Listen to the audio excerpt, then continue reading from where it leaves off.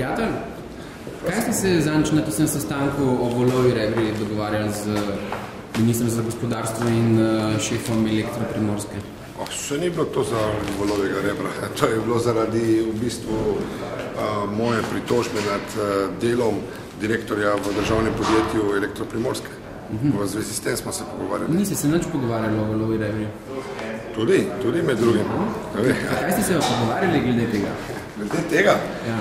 Glede vetrnih elektrarn smo se pogovarjali o tem, da v bistvu so bile meritve naročene na zelo nepoln način, kajti višina, na katerih so se meritve izvajale, niti primerno ni enaka višini delovnega stebra, na katerem je nameščen propeler.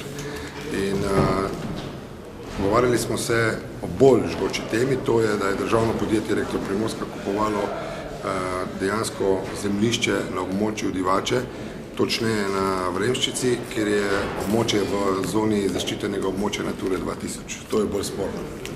Hvala lepa.